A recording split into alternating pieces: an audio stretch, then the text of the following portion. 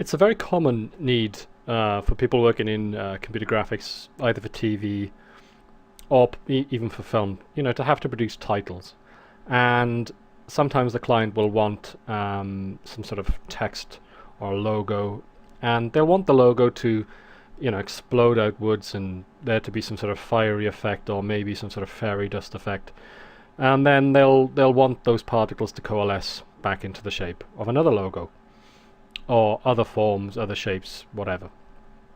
Now, as I said, this is a very common need, and if you look on any sort of forums talking about particle flow, they'll always turn up questions about this kind of effect. How do I get my particles to form into a certain shape? What technique should I use to do this kind of effect? So I thought that for this DVD, as we're learning about particles and particle flow and how it all fits together in practice, I thought I'd actually show this as a practical example, as it's probably actually very useful to a number of people out there, on a very practical level to produce this kind of effect. It can be adapted possibly to other effects.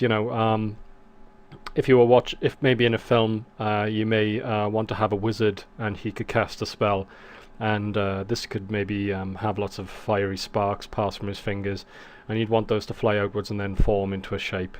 It's useful for doing that kind of effect as well.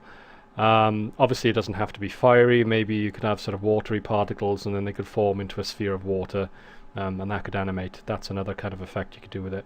This is quite adaptable to a number of different circumstances, really. So let's have a look at the assets that we have in our scene for this. I'll just close down our particle view here for a second, and if I just unhide these shape objects here, you can see that I've actually created two shape objects.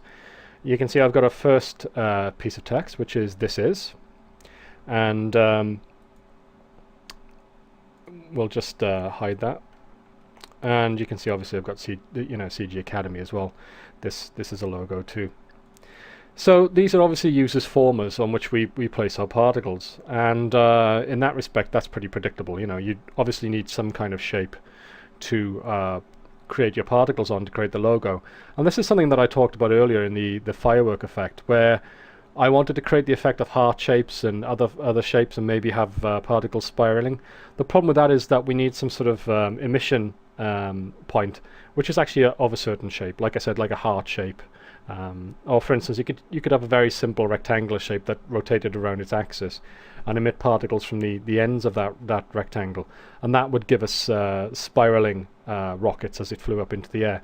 So these are what I would describe as formers. You need these basic shapes on which to place your particles. So if I just hide this shape again and we open up the particle view, I've actually got the particles over here. So there are a number of events in this particular effect, as you can see here. Let's have a look. We've got a create initial text event. We've got glow build up to explosion. As you can see, I've named all of these pretty obviously. Explode particles outwards.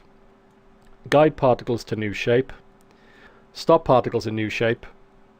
Glow build up number 2. And explode particles outwards. You can see at various points you've got these wires going off to the left, and they're all sharing just a single event, which you can see here. They're all wired into here in its particle trails. So you can see that basically we've just got one particle trail event, and at various points we're feeding off particles into it. And you can probably see that any of these events which aren't wired into it obviously aren't producing particle trails, so that's pretty obvious. So let's run through this. As you can see, it's pretty much linear, which makes it quite easy to understand what's actually going on. So in our first event, you can see we're birthing 8,000 particles on frame 0. So we're birthing an awful lot of particles. That actually makes this flow pretty difficult to run through in the viewport. If I go into perspective mode, I'll just turn this on there so we can see the first event. I'll turn off the description, I'll turn off the depot, and we've got particle count turned on. If I turn this on, you can see immediately we've got this 8,000 particles making up the shape, and obviously as you can get closer to it, it kind of loses its coherence. And that's obviously just a display thing more than anything. If we change this to